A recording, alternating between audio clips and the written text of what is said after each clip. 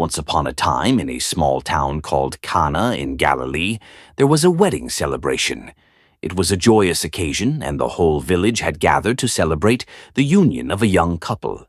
The air was filled with laughter, music, and the warmth of love as friends and family danced and shared in the happiness of the couple. Among the guests was a man named Jesus, who had recently begun to travel and share his teachings with the people. He was accompanied by his mother, Mary, and his disciples, who were eager to learn from him. As the evening wore on, the festivities continued, but soon a problem arose. The hosts, in the excitement of the celebration, had run out of wine, a crucial part of the feast. This was a major issue, as running out of wine at a wedding was seen as a serious misstep, and it could bring embarrassment to the family. Mary, who had observed the situation, turned to her son Jesus, knowing he could do something about it. "Son," she said gently, "they have no wine." Jesus looked at her and replied, "Woman, why do you involve me? My time has not yet come." But Mary, undeterred, turned to the servants and instructed them, "Do whatever he tells you."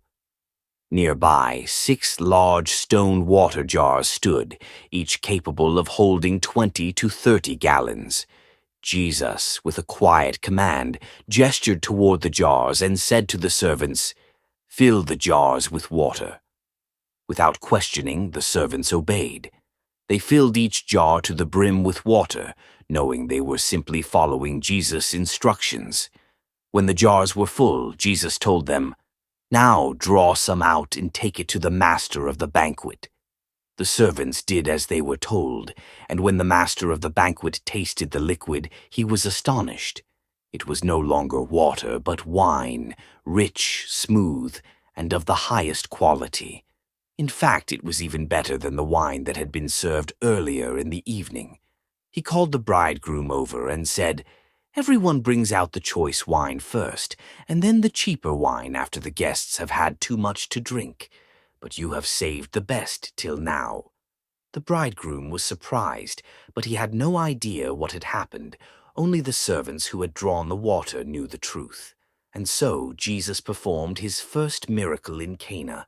By turning water into wine, he not only saved the day for the couple, but also revealed a glimpse of his divine power. His disciples, witnessing this miraculous act, began to believe in him more deeply. This miracle, though simple in its setting, marked the beginning of a new chapter in Jesus' ministry. From that day forward, many more would witness the signs and wonders that he would perform, all pointing to the fact that he was not just a teacher, but the Son of God, sent to bring joy, hope, and salvation to the world. And so the wedding at Cana became a cherished story, remembered by all who heard it as a symbol of God's grace and the abundance of his love.